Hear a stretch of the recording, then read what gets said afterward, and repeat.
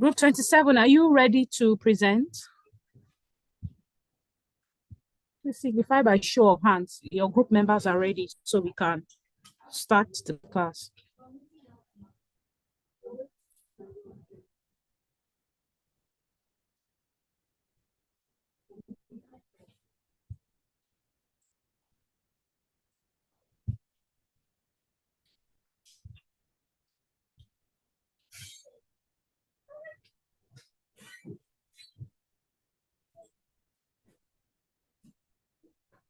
Abayomi, Olorunwa Eunice, and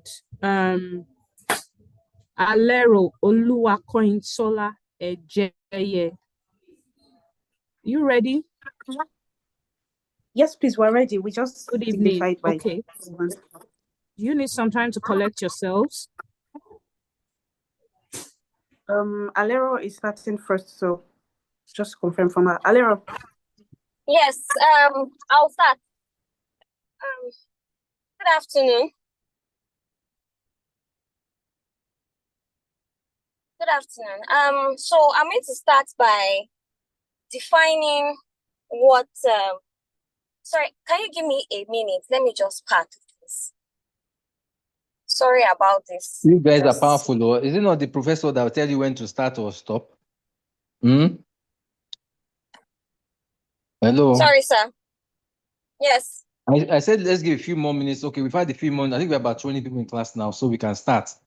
But it's not for you to start now. Okay, I wasn't aware of that. Sorry, sir. So there's only one group paper before us. Yes, is that correct? Hello. Yes, sir. You're correct, sir. That's correct. Okay, we give you 10 minutes. You say it's group 27. And 25. So we have group 27 ready to present now, sir. And there's no 25 now. I thought you said there's no 25. Yes. Okay. Alero wants to speak. Why is your hand up, Alero AJ? My hands are raised already, sir. Yeah, but why? You want to say something?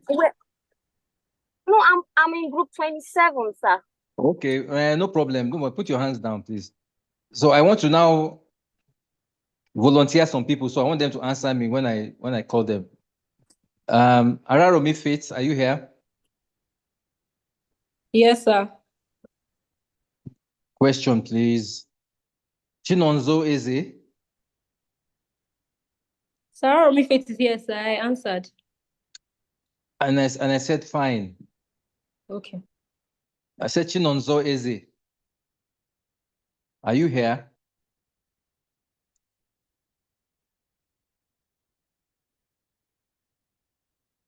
Jimmy Ojo, are you here?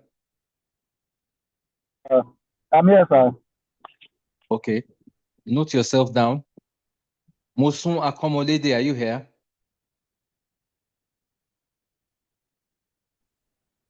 Yes, sir. I'm here. Good evening, sir. Good evening. Sadatu Bakari, are you here? Yes, sir.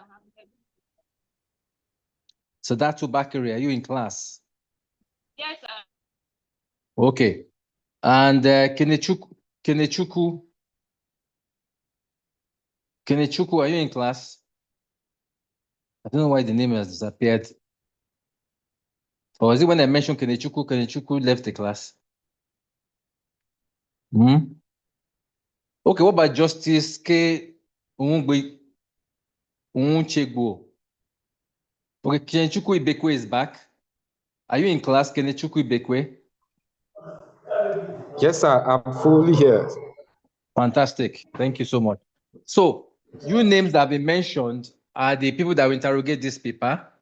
And I expect some reasonable comments and insights and questions from you all. So on that note, let's group 27, please commence the presentation. Thank you. You have 10 minutes. So the class is going to be a short class. So there's no need to be worried too much. It's a very short class, very short. Thank you very much. Bye-bye.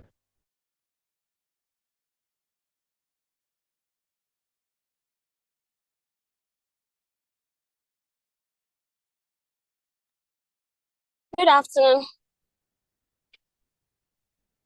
Good afternoon, everyone. My name is Alera J, and I'm from Group 27, and we're going to be presenting on evaluate the UN peacekeeping and observer mission. Sorry. So I'll start by defining what basically the concept of peacekeeping is. Peacekeeping involves deploying international personnel, usually under the UN's authority, to maintain peace in post-conflict or ongoing conflict areas. These missions include military, police, and civilian personnel who help implement peace agreements and protect civilians. I can give you an example. For instance, sometimes in April is a movie that was acted by Idris Elba, and there's a part in the scene whereby peacekeeping observers were there. And usually what they do in situations like that, they're neutral parties. Sometimes they are protecting civilians. So basically, that's what peacekeeping is about.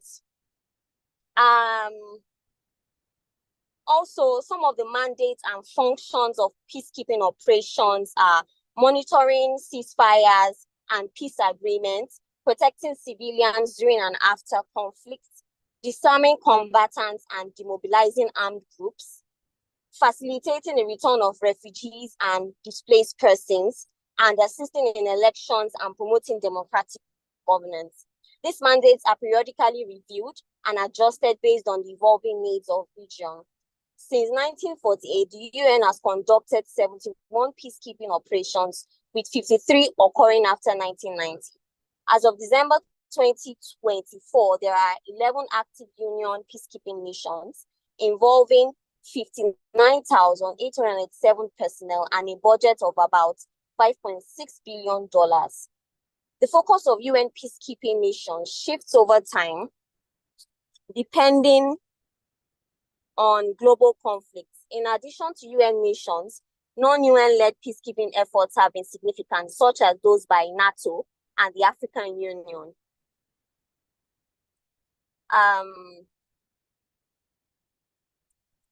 My colleague is I'll hand over to my colleague now. I'm supposed to take the introduction and the functions of the UN peacekeeping. So I'll hand over the mic to her.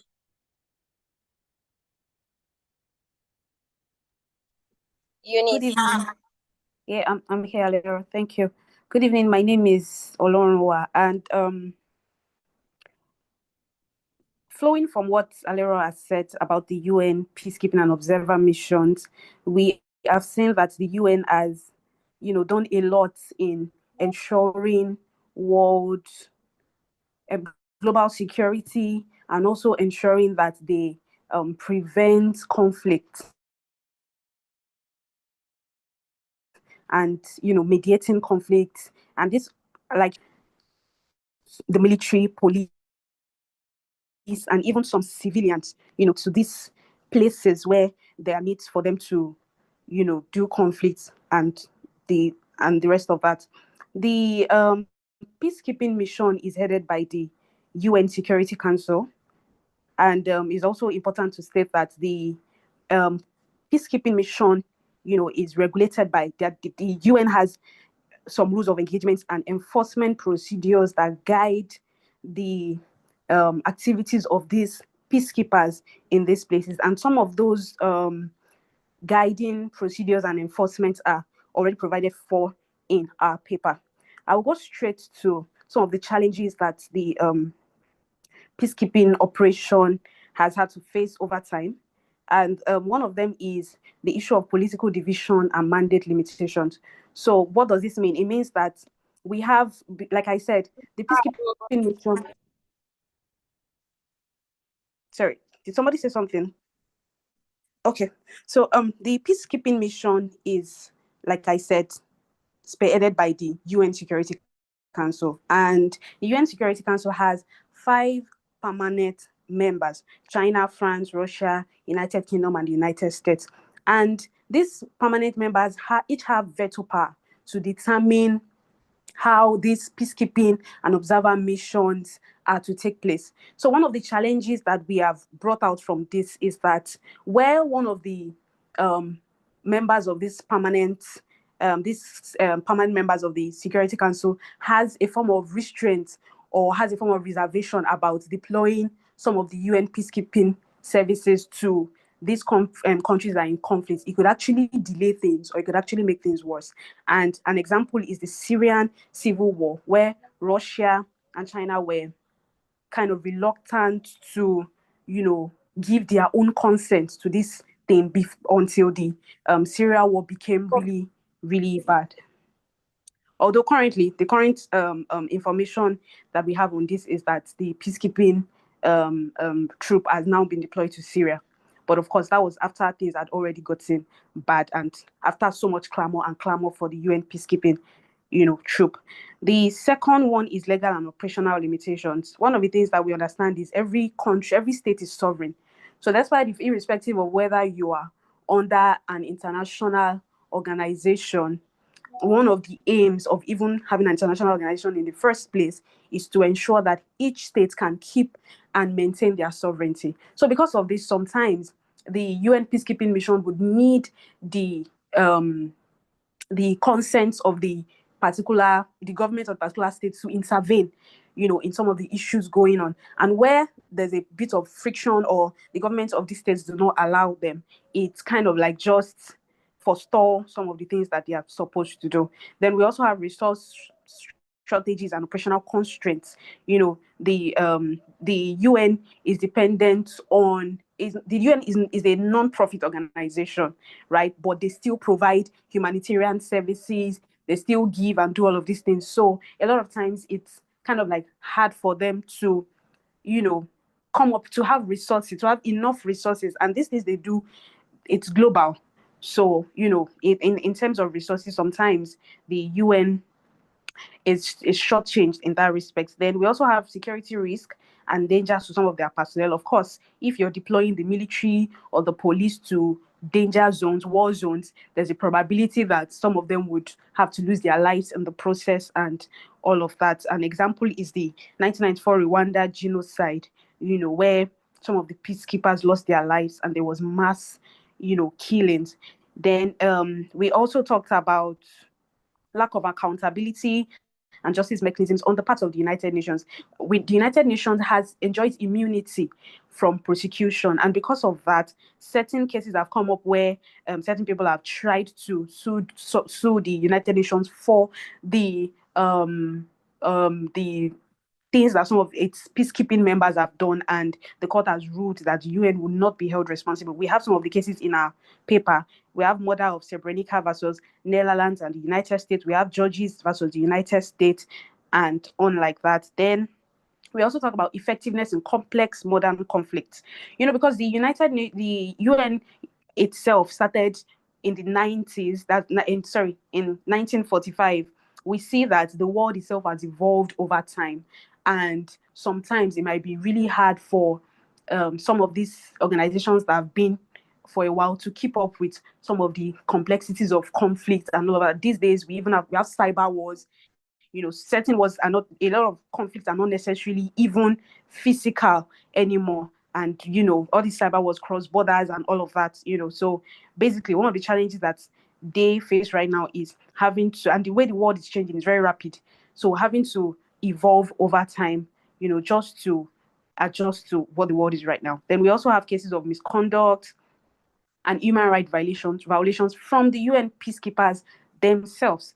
We've had certain reports, from 2024 in the Central African Republic about how some peacekeepers, were raping and abusing women. We've also had reports from the DRC, the Democratic Republic of Congo, about how peacekeepers were abusing their, authorities and, abusing protesters. Certain persons started to protest against some of the activities in the Democratic Republic of Congo, and we saw some sort of use of violence and all of that. So these are some of the challenges and the issues that have come up from the UN peacekeeping and observer mission. In concluding, we are concluding that the UN peacekeeping and observer mission, although it has its own shortfalls and its own challenges, it has contributed significantly to global peace and security, which was the aim of it in the first place. And we have also, said that it's a necessary evil that the world needs right now, because the human beings are naturally prone to, you know, disagreements, conflicts, and the likes, and we need a unified body, you know, that can consistently look into some of these things. So in recommending, we then recommended that rather than, you know, just bashing some of their challenges or just coming up with some of their challenges, it's best to see how some of these challenges can be worked upon, and the UN peacekeeping and observer missions can continue. And some of the aim is reformation of the UN Security Council decision-making process. Like we said earlier, the Security Council guys have veto power. Each of them have veto power, and they get to decide what happened. They each get to give consent to some of these peacekeeping missions. So we're saying that if there's a way the UN can reform or streamline this decision, maybe to probably maybe one or just two persons that can make, or maybe like in the case of a board now, on the board we have so many members of the board, but we have a chairman who is given the right to give a sort of, and to give another vote in the case where all members of the board have an indecisive vote. You know, so if there's one of those world powers that could actually be the one to give the final go, so that things can, you know, so that these activities can go as planned and things will not get so bad before the UN intervention. Then we also talked about enhanced mandate for robust action. Still, basically, they should ensure that they take actions as quickly as possible, and the process of vetting those actions and also consenting to them should be as minimal and swift as possible. Then they should also strengthen resource allocation and logistical support. Like we said, one of the challenges they have is resource, you know, allocation and all of that. So if the UN can come up with more ways, creative ways to get more resources, because without resources, the truth is they can't really do what they are set out to do. Then improving the safety and security of peacekeeping personnel, ensuring that this personnel can go to these places and have minimal, you know, damage to themselves, to their persons, and the like. Then accountability and justice mechanisms. Like we said, the UN peacekeepers enjoy immunity, which on one hand is good because what they set out to do is humanitarian services, and a lot of times people will tend to want to, you know, bring them into things that do not concern them, or try to apportion blames to them for things that are not. But at the same time, we also assume that because we are dealing with human beings, the truth is these peacekeepers are human beings too, and there's a tendency for them to overstep some of the powers given to them. So we're saying that there should be some form of way where the personnel of these peacekeeping missions can actually, you know, be tried for some of their for some of the things they do that are against the what the UN provides. Then we also talked about addressing the evolving nature of modern conflict. The UN should try as much as possible to evolve, you know, in terms of technological advancements, in terms of how they deploy troops, in terms of some of their mechanisms and the likes. Then we talked about strengthening local partnership and capacity building. So basically, like I said in concluding, that the UN has been very good in ensuring global peace and world security, and they are a necessary evil that we cannot do without right now. But we also recommend that some of these things be put in place for more effective work for the UN peacekeeping and observer missions. Thank you.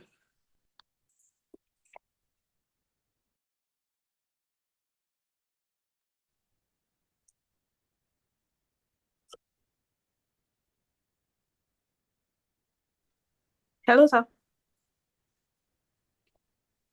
Hello, can anybody hear me, please?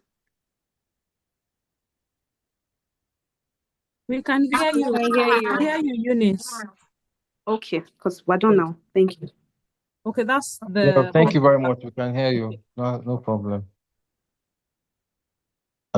Since more people are coming to the class.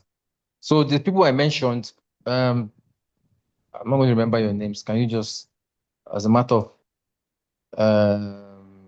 courtesy and respect, can you put your hands up so that we can take your questions one by one?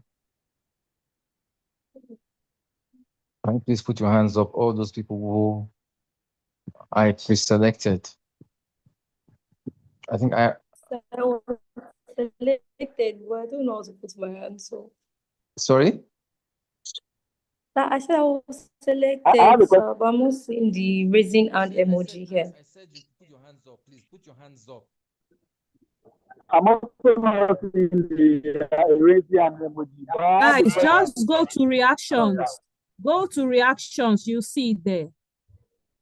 Go to the column or the smiley button that shows reactions.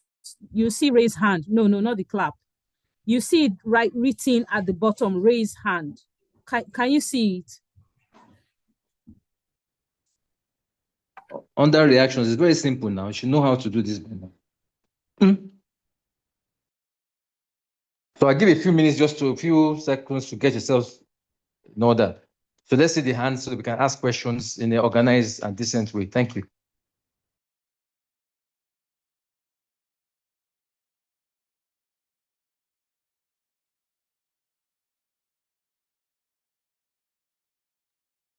My hands are raised, though. I've been raising my hand for a while now.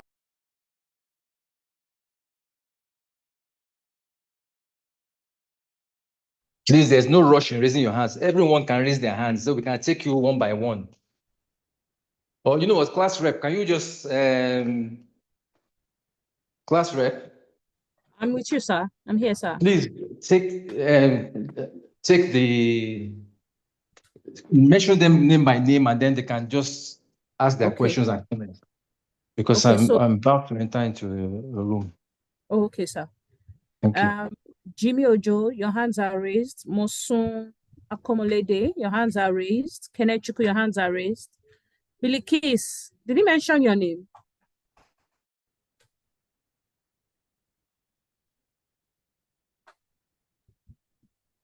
Hello, Bilkis. Yes, he actually mentioned my name. Okay. So in the order of appearance, from my own view here, you're first, followed by Kenechuku, then subsequently Jimmy Ojo, and last but not the least, Mosun. So we'll take the questions in that order. Members of the group, please be on standby to respond to your questions. Thank you. So Bilkis, you go first now. I'm muting myself. Okay, good evening, everyone. I'm not going to ask a question, but I just want to contribute to the recommendation that they said that we can also have, as part of the recommendation, we can also say that the UN peacekeeping should also shift from focusing on conflict to prevention. I think that it has been neutral of the UN peacekeeping to only focus on when there is conflict, but not in terms of preventing the conflict. So that is only my own recommendation.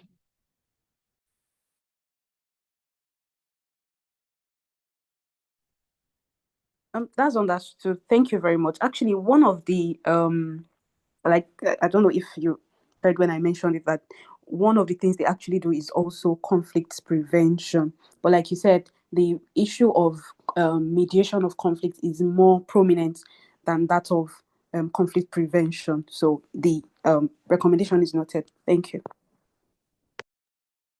Thank you, Eunice and Bilkis. You can lower your hand so that it just makes it easier. You can lower the hand. Thank you. Kenechuku, you're next. Are you ready? You're muted. Okay. Yes, good evening. Good evening, everybody. Okay. My question is on the objectives and the visions of the peace keeping operators. You know, when you look at these the visions of UN in this respect, it is more of interstate conflict. The operators are deployed to take care of interstate conflict that happens worldwide. And I am thinking, what about when nations of the world, the member states, experience intrastate conflict? Because if you look at Africa and most of the conflict that we see these days, it is more of intrastate, where we see terrorists and the non-state actors, causing issues within the nations that form members of the UN. So in this kind of scenario, don't you think that the rules of engagement may not work out when the conflict that is taking place in a particular nation? I'm trying to get, because I'm trying to reason something out. When the conflict that is ongoing in a particular state is caused or influenced by non-state actors or the terrorist organizations. So how would the peacekeeping operators handle that kind of situation, given that these people do not understand international law? They don't care about international law and the rules of engagement that applies to the peacekeeping operators. Okay, Kenechukwu, if I understand your question, you're trying to ask about indigenes, how indigenes will be able to respect the rules of the UN in such a situation. Am I right?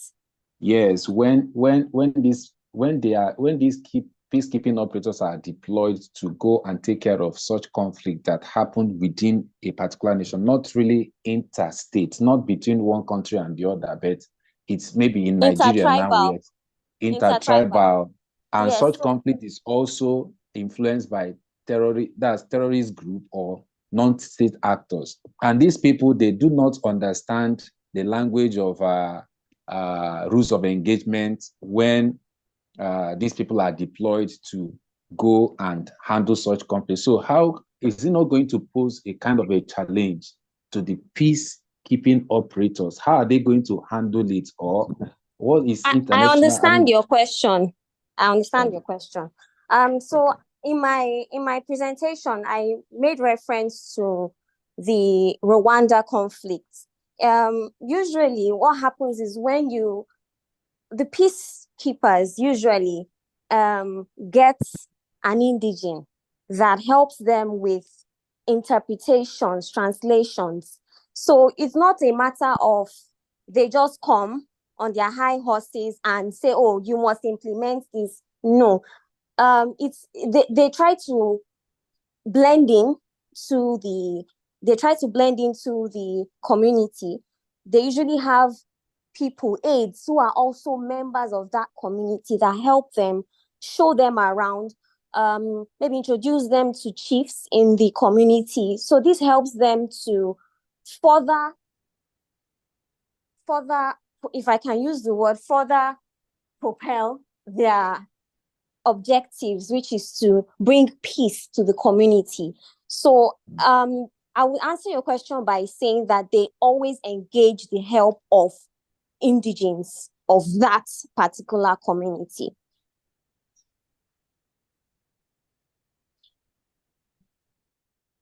I hope that answers your question.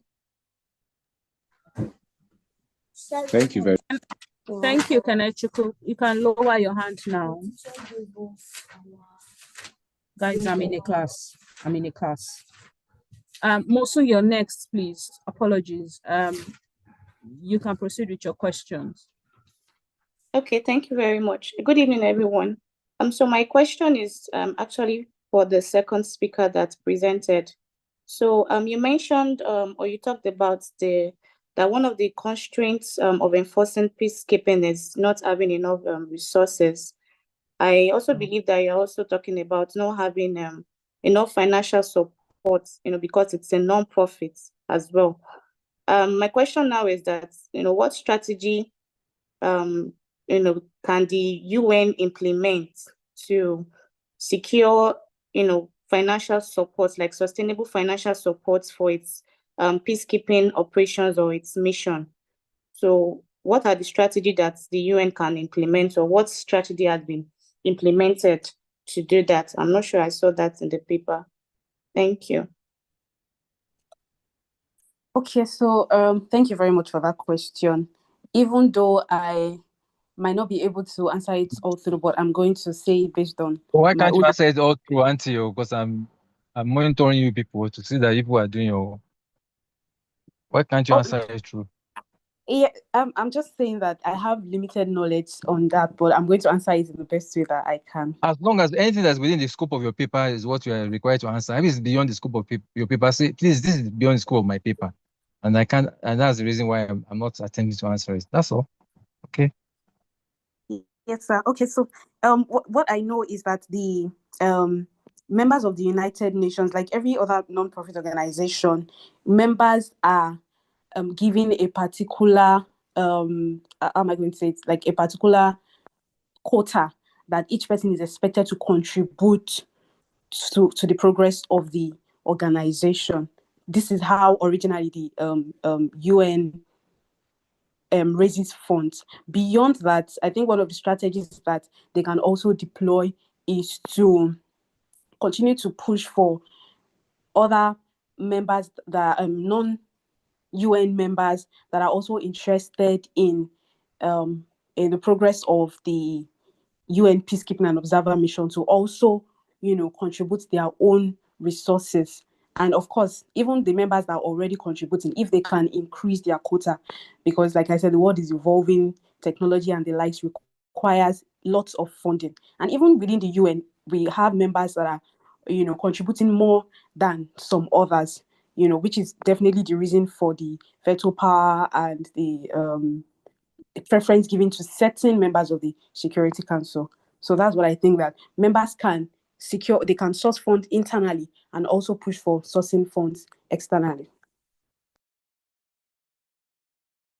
Okay, thank you.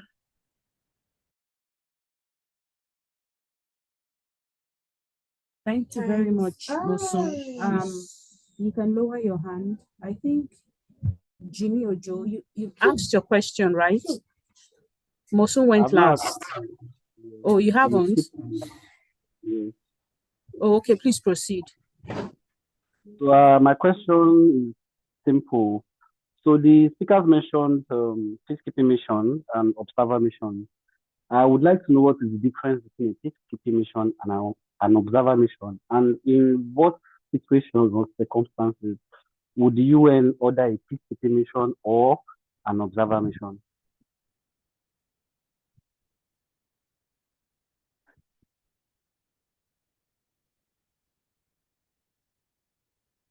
Hello? Hello, yeah, go ahead. I said that my question is, what is the difference between a peacekeeping mission and an observer mission? And in what situations or scenarios would the UN order a peacekeeping mission or an observer mission?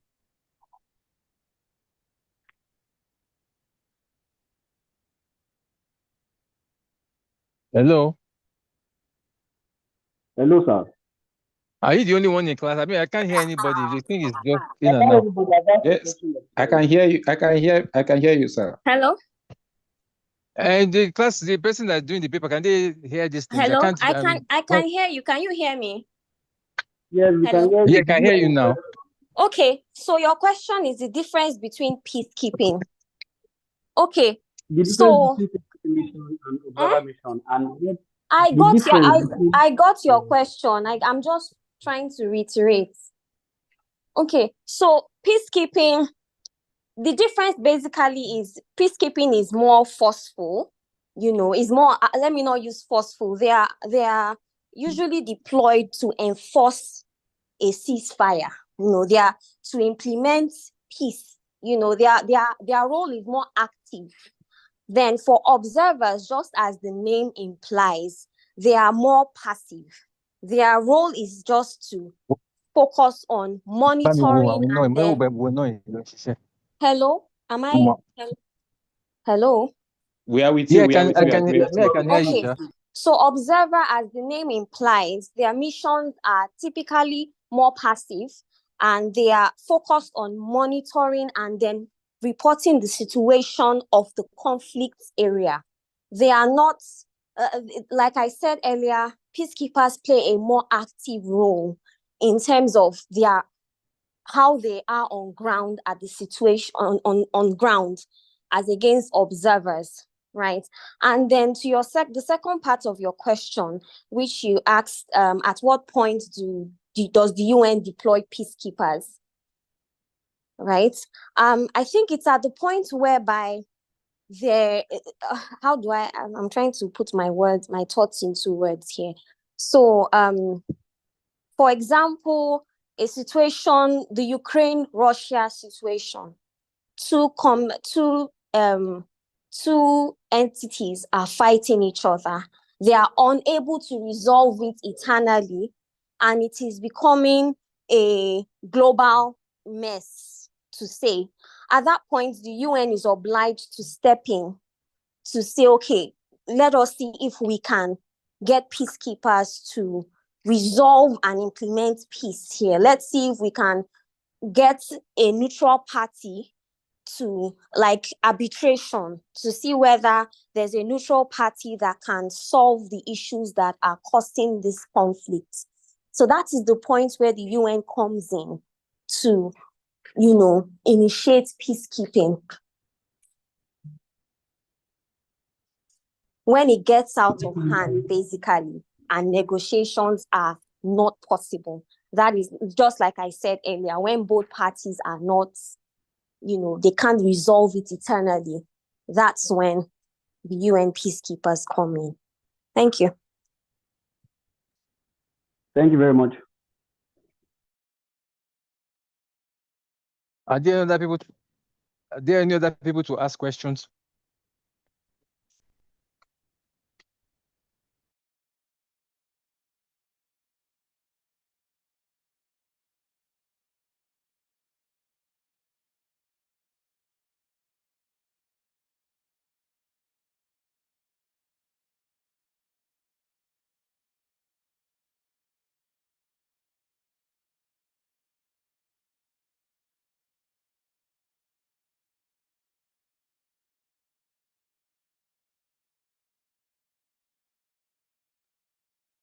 I can't hear anything, no.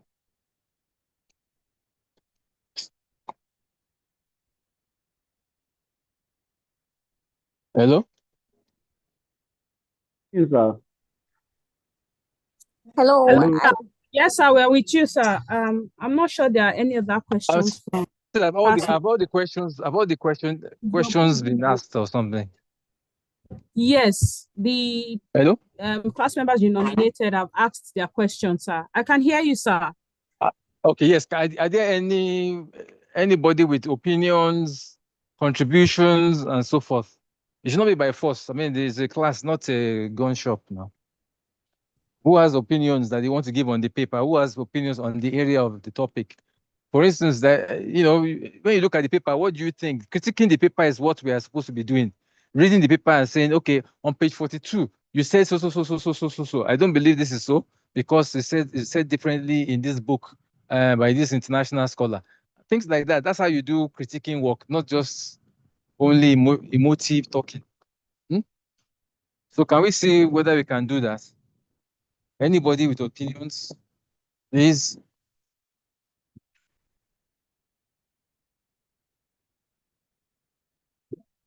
When is I not get that one?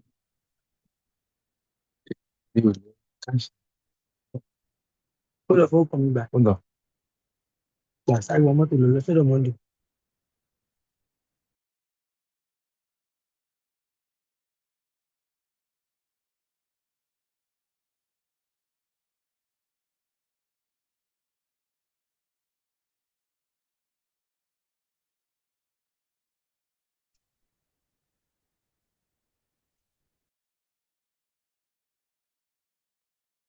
Still no volunteers? Hello? Hello? We can hear you, sir. That's why I don't like online classes. We can hear you, sir. So they say hello. Okay, you heard me. So nobody's Hello, volunteering. sir. Everybody's I happy got with the logged paper. out. I was hearing you up to a point, sir, until my network logged me out. Okay, do you have a comment on the paper that you want to give, or you? If you don't have no I problem, just we'll close the class. I can, but I want to give some small comments on the paper. I just have one question, sir, if that's okay to proceed. Yes, please. Yes, please go ahead. So, Eunice and Alero, there have been multiple allegations against peacekeeping officers sent into crisis spots across Africa, especially, right? About these soldiers engaging in criminal activities such as raping war victims, looting, raiding, and all of that. There have been several documented reports, some of them on the United Nations website, some of them on other UN sub-agency websites as well.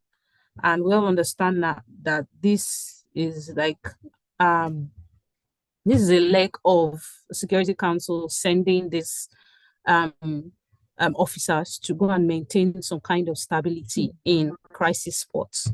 So it's kind of difficult to be able to prosecute, to be able to arrest, to be able to detain as pertaining to what law, what country will they be judged against, or what law, what.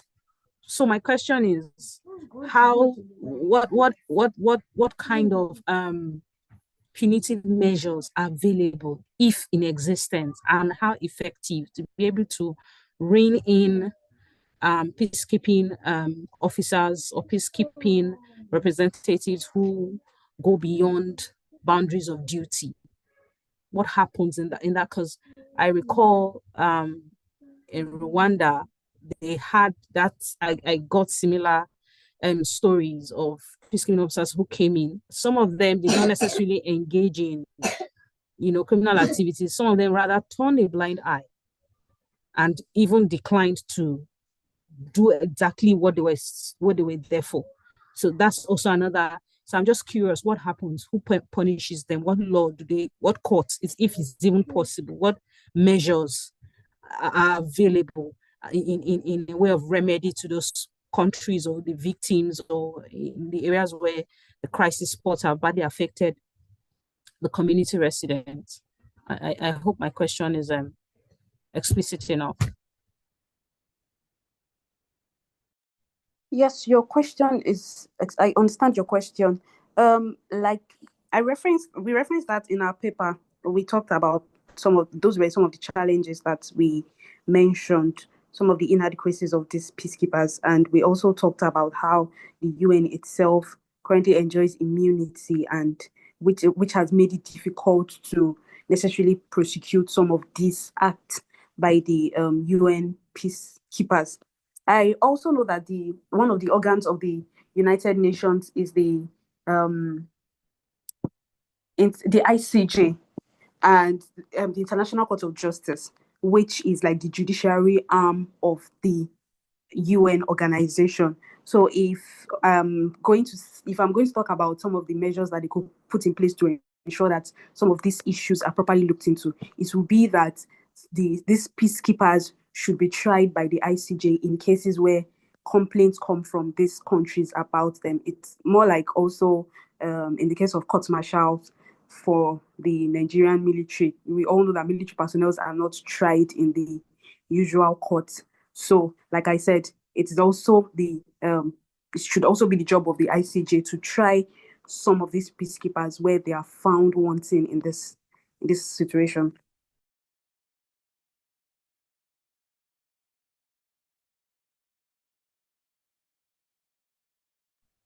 Thank you very much, Eunice. I also understand that. So it's not as if the Security Council, when they're sending these officers, they have an army somewhere, right? They don't have that authority to be able to do that. Being that they're not a sovereign country, they're just an international organization. So what I've understood when I tried to research was member countries would be asked to send in quota of military personnel to represent their countries, to go and assist a sister country or a member country in crisis leading areas, security, war, and all of famine and all of that. So, for example, let's say Nigeria sends in 5,000 military personnel, Burkina Faso sends in 5,000 military personnel. So I'm just curious. And they're all sent there. Now, at that point, they are representing the UN. They're not representing the country per se. Would they be Exactly. okay, you Nigerian military personnel, or on the basis of you representing the UN as a peacekeeping force member? Do you understand that?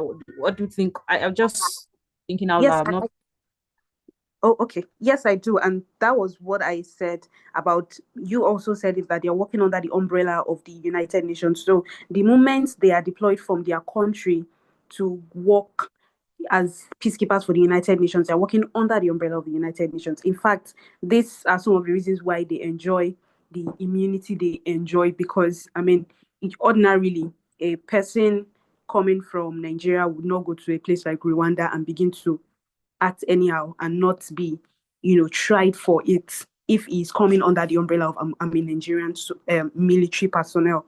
So, and that was why I said, since the UN has a judiciary body, a judiciary organ, I believe that that should be one of the functions of the UN judiciary organ, to try some of these issues that arise from the activities of personnel deployed under the UN mandate.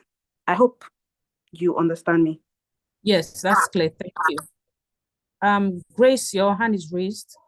Professor, can we continue? So we're not. Yeah, continue. I'm listening. Continue. Okay, sir. Grace, your hand is raised. Please unmute and take the floor. Okay, thank you.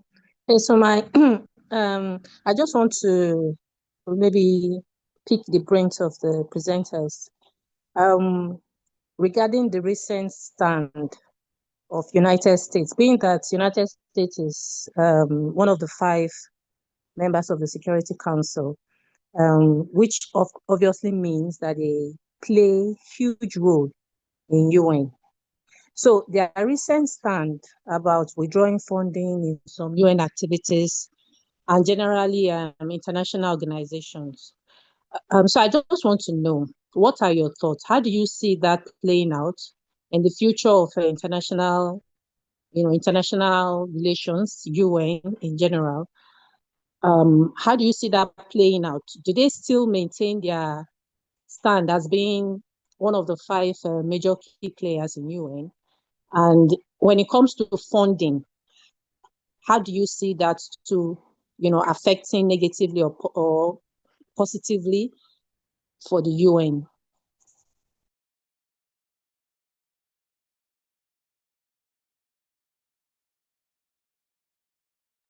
That's my question.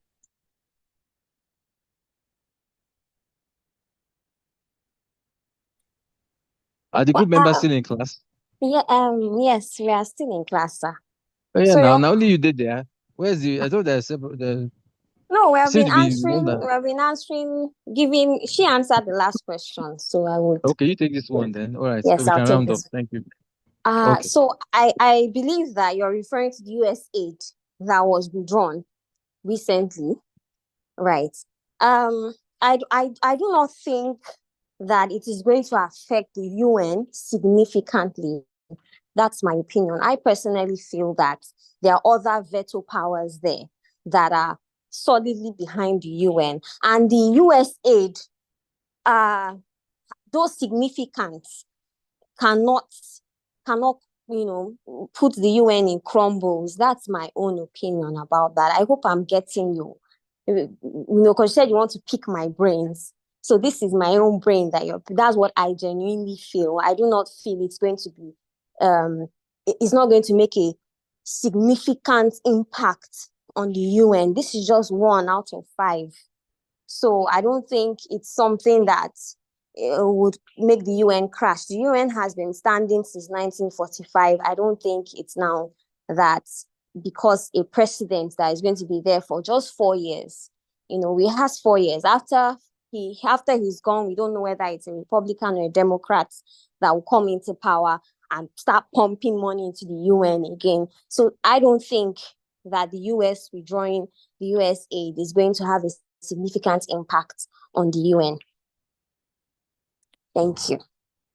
I'm sorry, that last statement, you said that the withdrawal of US aid will not have a significant impact. Is that what you said?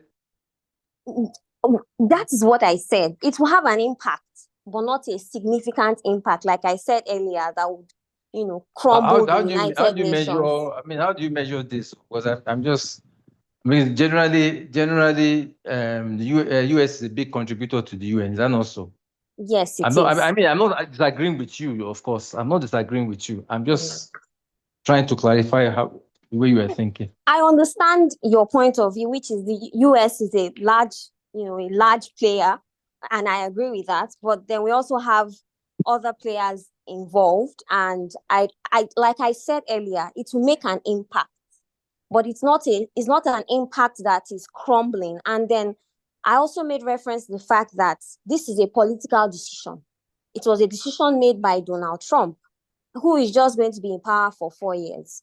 We do not know who is going to come after 4 years and then lift Fair the enough. ban. I think that's the important point, that it's a limited Yes, sir. period in office. Yes, I think sir. that's a very good point to round up. Okay, Yes, thank you sir. very much. I looked at your paper, and how do I remember about it?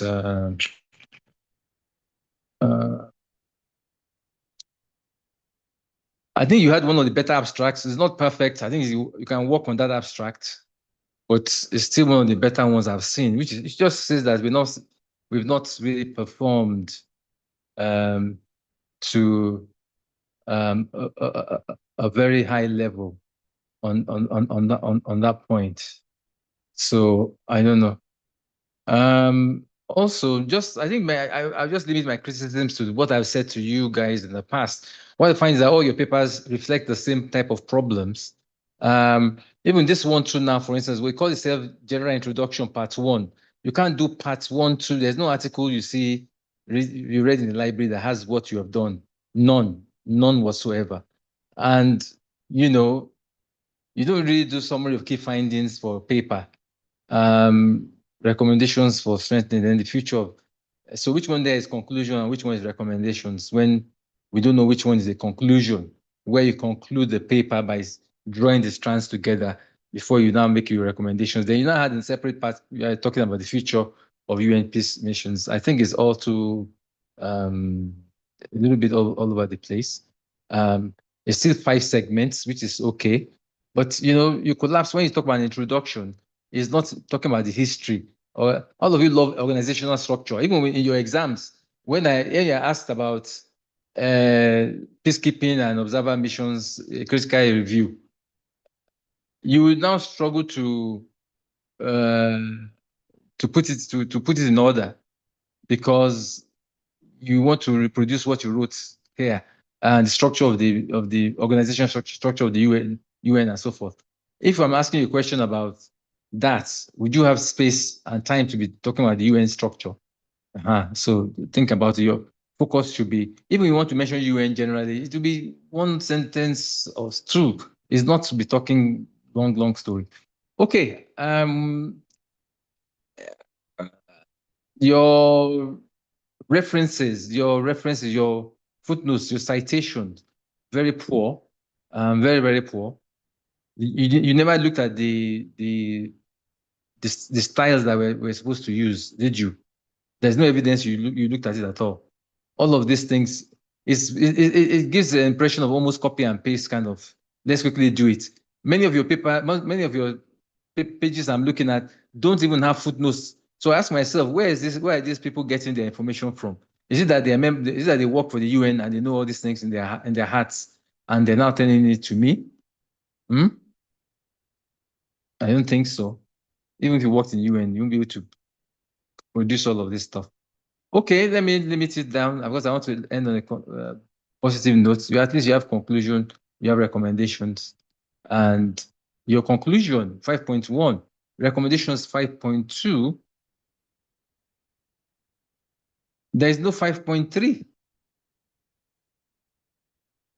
Do you see the difference from the structure you provided, the outline you provided there, and what you ultimately delivered are different? Am I wrong, Ma? Hello? Hello? No, sir, we can see it, sir. Okay, so yeah, so you understand what I'm saying, right? Yes, I do, sir. Okay, no worries. On that note, let's thank you. Consider yourself collecting an applause because thank you very much for being good sports. And I can see someone wrote Aisha Makonjola says to everyone, the US today is still the largest donor to the United Nations, contributing $13 billion in 2023. Tell me what is has contributed under Donald Trump, and then we can talk new talk. So let's hope it won't just be an utter disaster. So on that note, I thank Group 27 for their being wonderful hosts, and I thank every one of you making time out to come to your telephone. You didn't come to really lag or anything. Just so, and thank you for. And generally, this has been an orderly class. There has been no interruptions of somebody in the nightclub and all that kind of stuff. So thank you all very much. Are there any comments, any issues that you want to address now? As this is my last class, Dr. Simeon Igbenedion will come to class next week. I have sent the class rep. I've sent your phone number to Dr. Igbenedion. So, and I will try and remember to send his to you as well, so that you can carry on from there.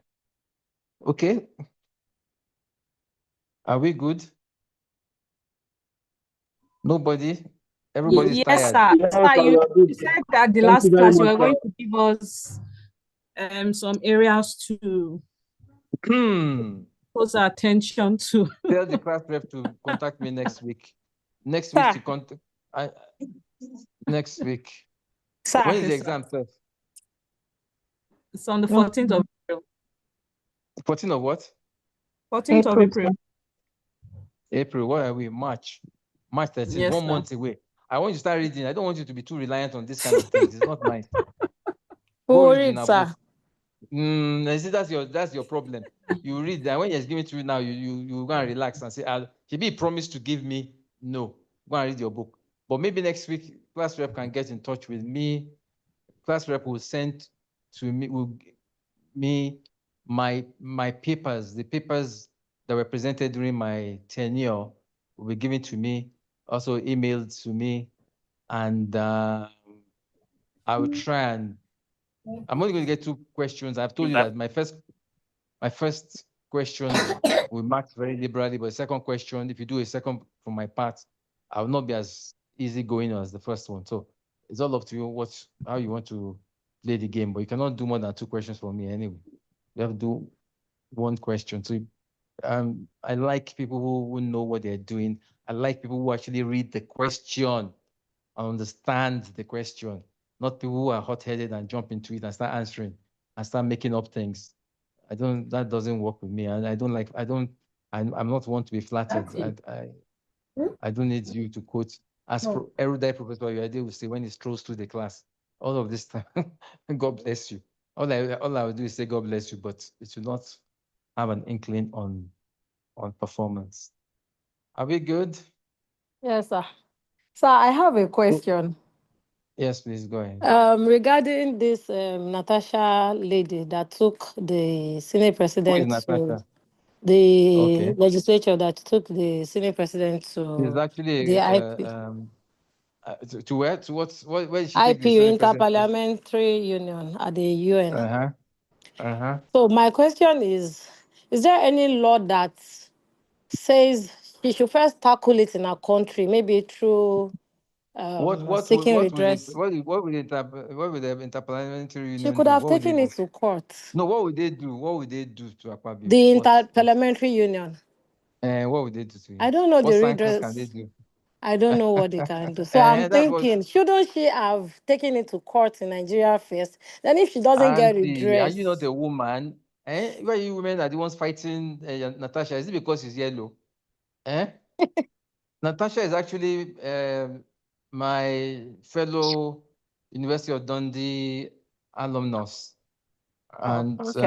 I don't know her personally, but I've known of her generally as one of our Aburu, our younger ones by a long way. So, I can't really, I mean, my own suggestion, this kind of thing is that Nigerian politics is just too messy and dirty.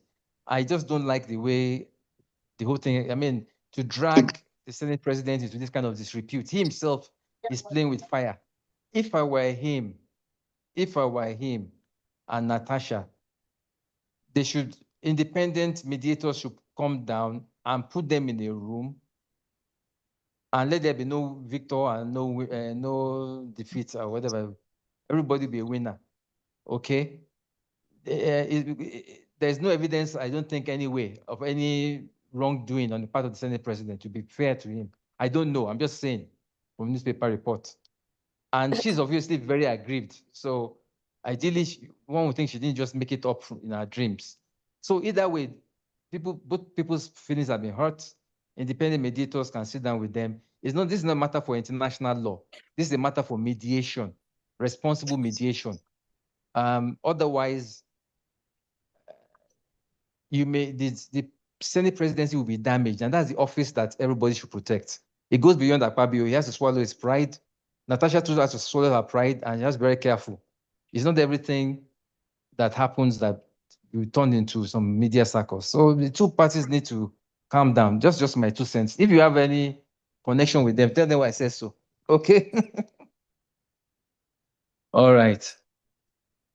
And the lady who asked the question, I'll be sending you my bill because I know this is not part of the paper we did today.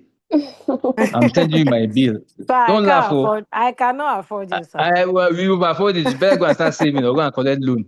Because as a teacher, my students are always coming to ask questions that are not part of my class to get, when they are going to go and write, what they call it, opinions and briefs and chop money. They don't say to me, Oga, come and collect only 50 million or 100 million out of it. They will just go and do it, and then they will be using my brain. So, okay, is that all? Are we all good? Thank you very much, sir. Okay, I wish you all genuinely the very best. Please read. Please read. We don't want to fail you. So please read. We don't want, it's very embarrassing to fail people. So please read and help us help you, or at least help me help you. If you do reasonably well, I will do well for you. If you don't do reasonably well, what do you want me to do? Okay. So thank you so much. And I will hear from the class rep, I guess, when is the time for all that? Okay, thank you all. Have a wonderful evening. My regards to your family. Bye-bye. Yes, sir. Thank you very much, Thank you, sir. sir. Thank you, sir. Bye. Bye.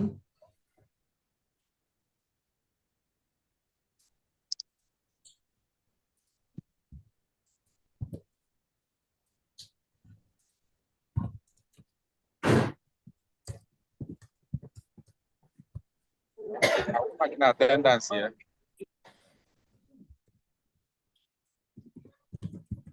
Man, have you finished your homework? Okay. Are you sure? Go and bring your homework. Let me look at it. Are we marking attendance here, please? Oh, yes, please. At the comment section. Thank you. That's what I'm waiting for.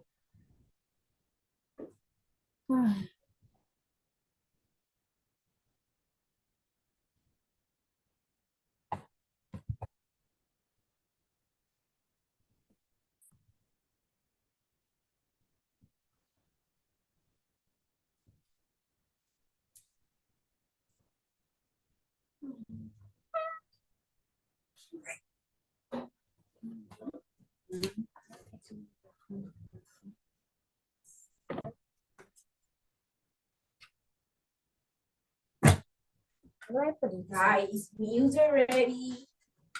You're going to take your dinner. Go and take your dinner. Go and take your dinner. Come on, babies. Let's go.